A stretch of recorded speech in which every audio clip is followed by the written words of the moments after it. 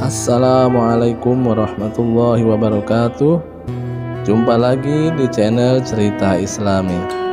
Apa kabar teman-teman semua? Semoga kesehatan, keberkahan, serta keberuntungan selalu menaungi kita semua. Amin, amin ya rabbal alamin.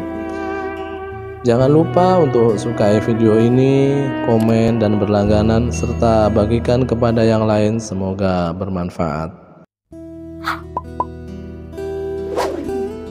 Al-Qanabi, nama lengkapnya adalah Abdullah bin Maslamah bin Qanab Al-Harisi, ahli hadis penting dalam Islam dan murid utama dari Imam Malik.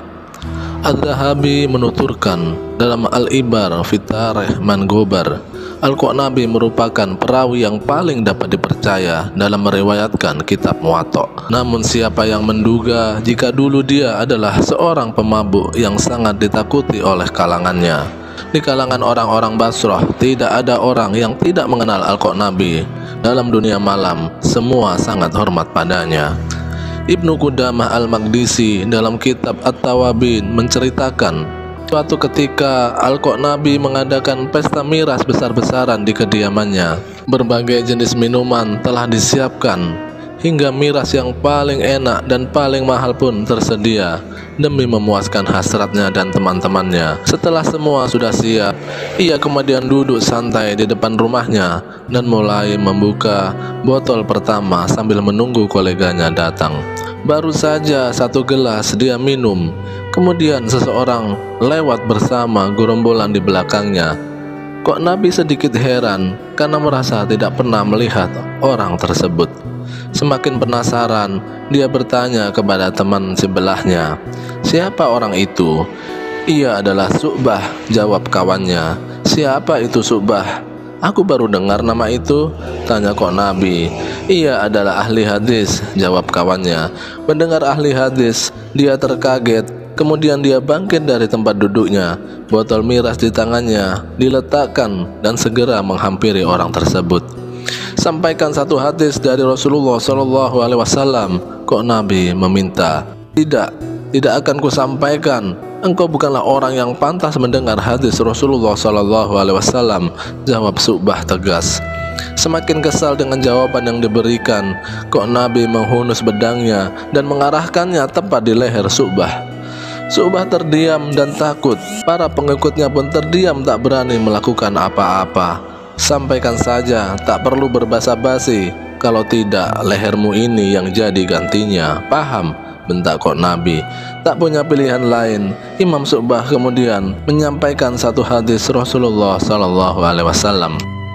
"Haddatsani Mansur an Ribi an Abi Mas'ud qala Rasulullah sallallahu alaihi wasallam, idza lam tastakhi fasna' ma syi'ta." Diriwayatkan dari Mansur, dari Ribi, dari Abu Mas'ud radhiyallahu an, ia berkata, Rasulullah sallallahu alaihi wasallam bersabda, "Jika engkau tidak punya rasa malu, berbuatlah sesuka hatimu."